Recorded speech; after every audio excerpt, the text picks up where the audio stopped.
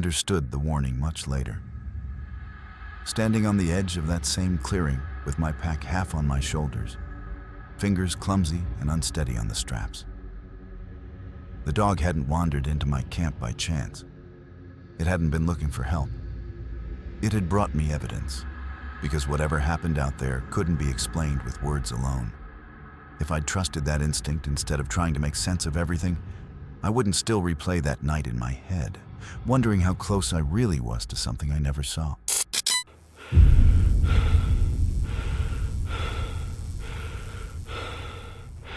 By the second day of the hike, I was well past the kind of distance people cover accidentally. That was intentional. I wanted space, real space, where maps mattered more than phone signals and decisions had weight. My legs were heavy, my pace slower than in the morning. And when the sun dipped behind the ridge earlier than I expected, I stopped pretending I could push on safely. I checked the map, adjusted my estimate, and accepted that it was time to stop. That's when I noticed the clearing just off my route, and the immediate sense that someone else had made the same decision before me. The spot was practical in a way that felt deliberate. Flat ground, clear drainage, enough space between the trees to set up a tent without cutting branches. At the center sat a stone fire ring, weathered but solid, not collapsed or overgrown. It didn't look abandoned. It looked maintained, just unused.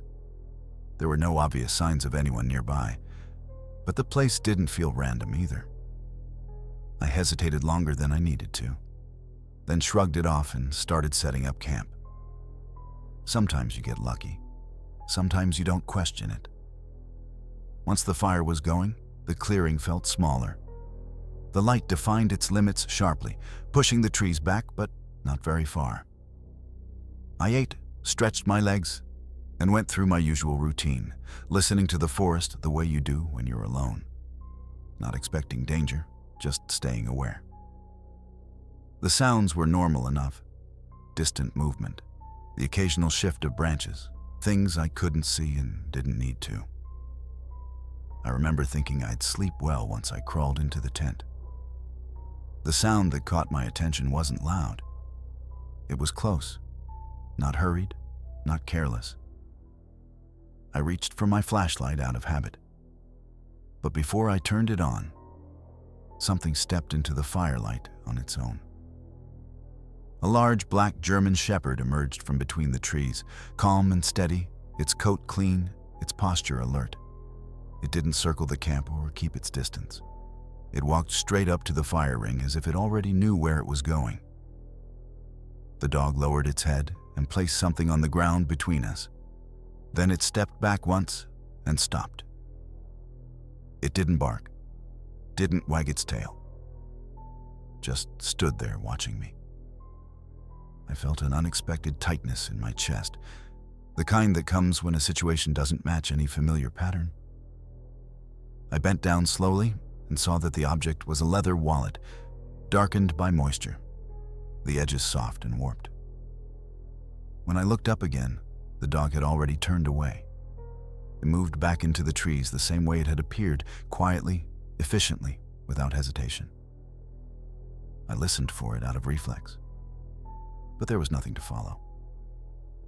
I picked up the wallet and opened it by the fire. Inside was a driver's license in decent condition. Michael Reed, 27 years old, an address that had nothing to do with these mountains. The photo showed a normal guy, neutral expression, no reason to stand out at all. I told myself the obvious story: lost hiker, smart dog, strange timing. But as I slid the wallet into my jacket and glanced toward the trees, I couldn't shake one thought. The dog hadn't dropped something it found, it had delivered it. And whatever else it had seen, it hadn't brought with it, at least not yet. I didn't sleep right away. I told myself it was normal, new place, unfamiliar sounds, the adrenaline of an unexpected encounter. But the wallet stayed in my jacket pocket, pressed against my ribs like it belonged there. Every time I shifted, I was aware of it. Not afraid exactly. More alert than I wanted to be. Eventually, exhaustion won, and I drifted off in shallow stretches, never fully settling. Something close pulled me back to consciousness. Not a crash or a sudden noise. Just the sense that whatever I'd been listening to earlier had changed position. I opened my eyes inside the tent, waiting for the usual reassurance that comes when you realize nothing's wrong. It didn't come. I lay still for a few seconds, then reached for my flashlight and unzipped the tent just enough to look out. The fire had burned down to a low glow, but it was still bright enough to see movement at the edge of the clearing. The same dog stepped into view, slow and deliberate, its outline instantly familiar. This time, it wasn't empty-mouthed. Something dark hung from its jaws, dragging lightly across the ground as it approached. It stopped at the fire ring and let the object drop with a dull, heavy sound. A backpack. It was torn open in several places, the fabric ripped in long, uneven lines that didn't look like normal wear. Dirt and leaves were ground into it, as if it had been dragged for some distance. One side was stained a dark, dried brown that didn't need explaining. The dog stood there again, watching me. Not expectant, not anxious. Just focused. "Okay," I said quietly, more to steady myself than to communicate. "That's not funny." The words sounded thin in the open air. The dog didn't react. It didn't move closer or farther away. It held my gaze for a moment longer than felt comfortable, then turned its head slightly, as if listening to something behind it. When it stepped back into the trees, it didn't hurry. It didn't sneak. It simply left, confident I wouldn't follow. I waited several seconds before moving. When I finally approached the backpack, I did it slowly, as if speed might change what I was seeing. It was lighter than it should have been. Too light. Inside were only a few scattered items. An empty water bottle, a crushed energy bar wrapper, a map folded and refolded until the creases were soft. No phone, no first aid kit, nothing that explained where its owner had gone. I sat there longer than I meant to, staring at the torn fabric. The cuts weren't random. They ran mostly parallel, spaced just far enough apart to suggest intent rather than accident. I told myself there were explanations. Rocks, branches, an animal looking for food. But none of those explanations sat well once I imagined someone wearing the pack when it happened. Back in the tent, sleep didn't come again. Morning felt like a deadline. As the sky began to lighten, I made a decision that felt reasonable in the moment. I would look around. Not wander, not chase theories. Just enough to see if there was an obvious answer close by. If I didn't find one, I'd leave. Morning didn't bring clarity. It only made everything look more ordinary, which somehow made the questions heavier. I packed slowly, calling out Michael Reed's name a few times. Not shouting, just loud enough to carry.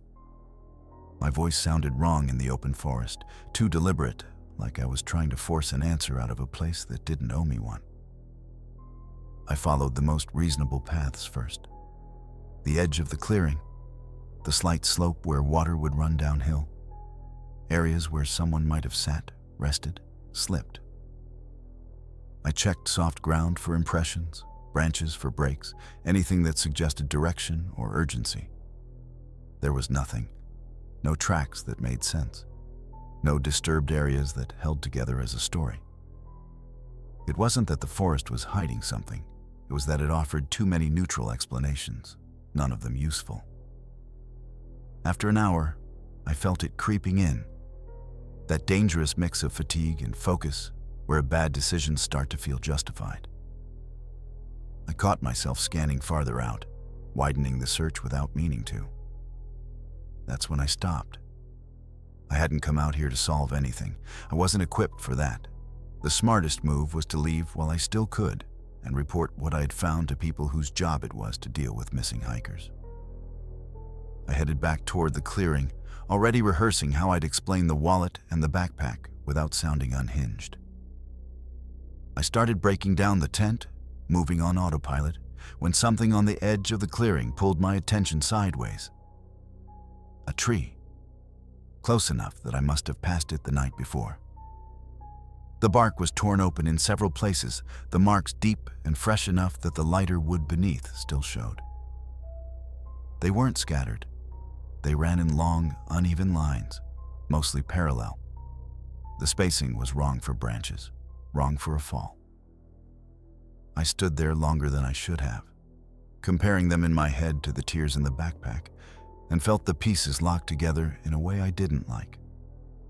Whatever made those marks hadn't done it days ago.